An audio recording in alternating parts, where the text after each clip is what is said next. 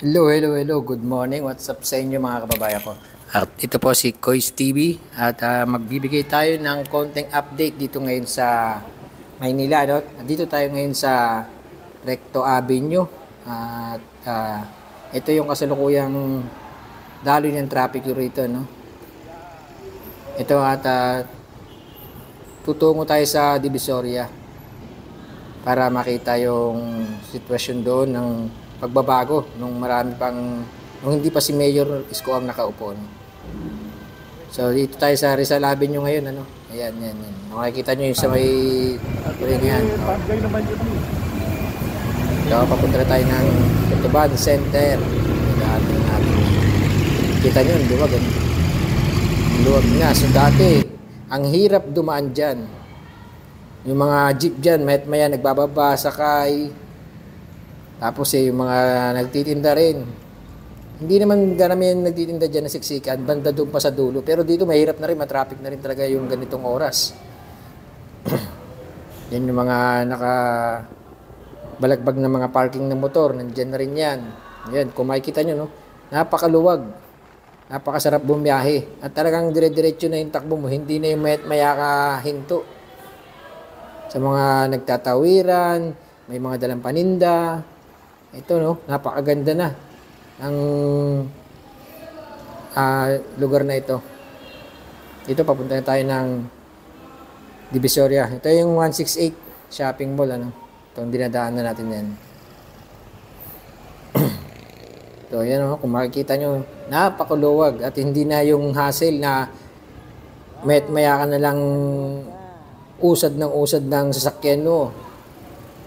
Napakaluwag na dyan sa banda rito no. Marami na yan dyan, mga nagtitinda, pati yung mga naghahakot ng mga kargador. And maya sila dyan papadaan-daan, tawid-tawid. Napakahirap na ng daan dyan pag gawin na rito. Si Recto na yan. Ano?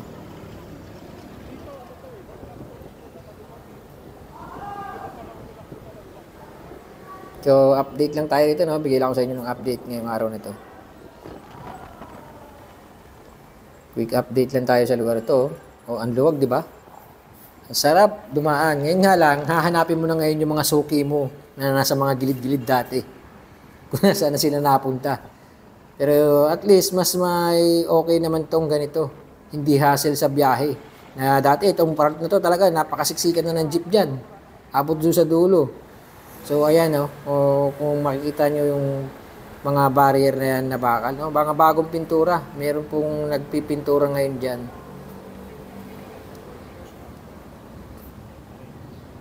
Ang linis na, no? Talagang kalsada na, hindi kalsada para sa mga vendor.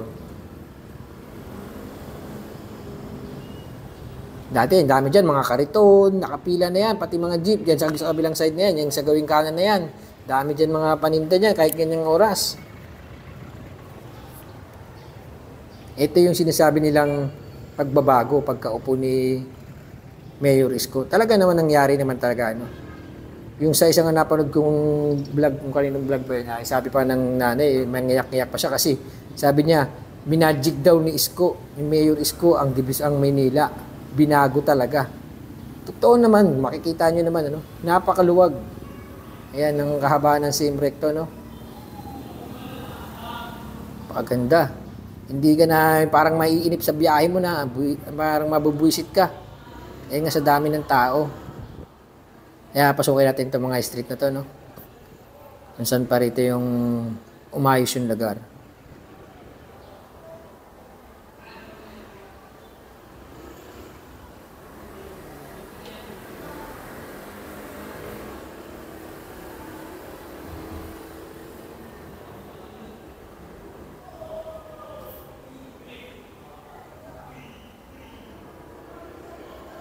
Diba?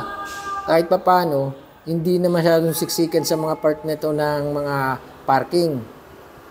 Katulad dati, kapag pumasok ko dyan, may matao na rin dyan. May mga nag-iikot ng mga nakabalagbag na dyan. Mga truck na nagbababa ng kung ano-ano mga paninda.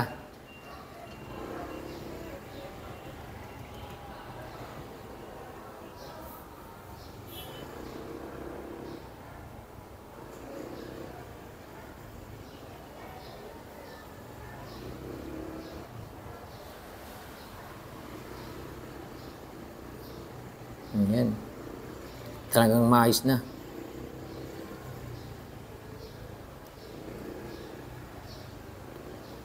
Mabilis, dire-diretso na yung pagdaan natin, ano?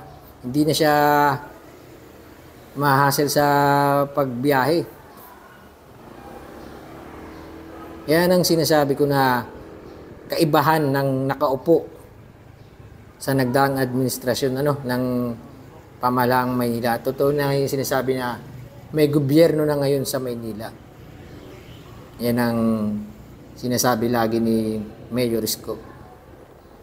Kita mo naman, wala pa siyang isang buwan na nakaupo. Ang laki na ng pinagbago. Inuna niya talaga yung pagiging malinis ng buong kamay nila. So, ito, sa part na to, papasok tayo dito sa umping. Yan. Papasokin na natin yung umping dyan.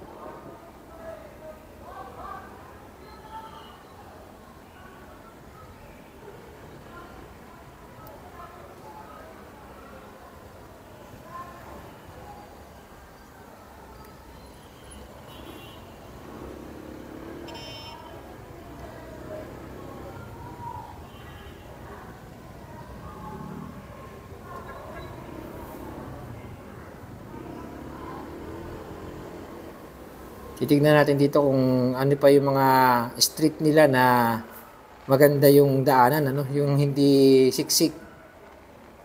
Kaya ipapakita ko sa inyo yung mga maluluwag na daan dito.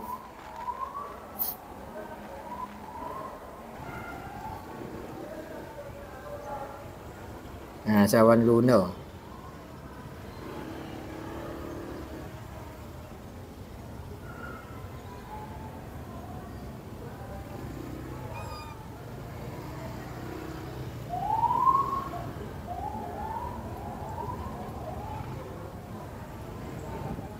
So, pasok tayo ng Divisoria.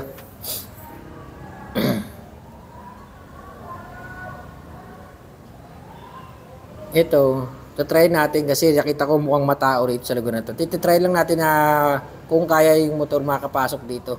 Nakikita nyo medyo siksikan yung tao rito, Pero sa tingin ko, pag itong lugar na to, hindi pa talaga to na isa sa ayos para maging maluwag ang daan para sa mga motorista. Pero po pwede mas maigi pa rin na lakarin na lang. So hanggang dito na lang muna. Bye-bye!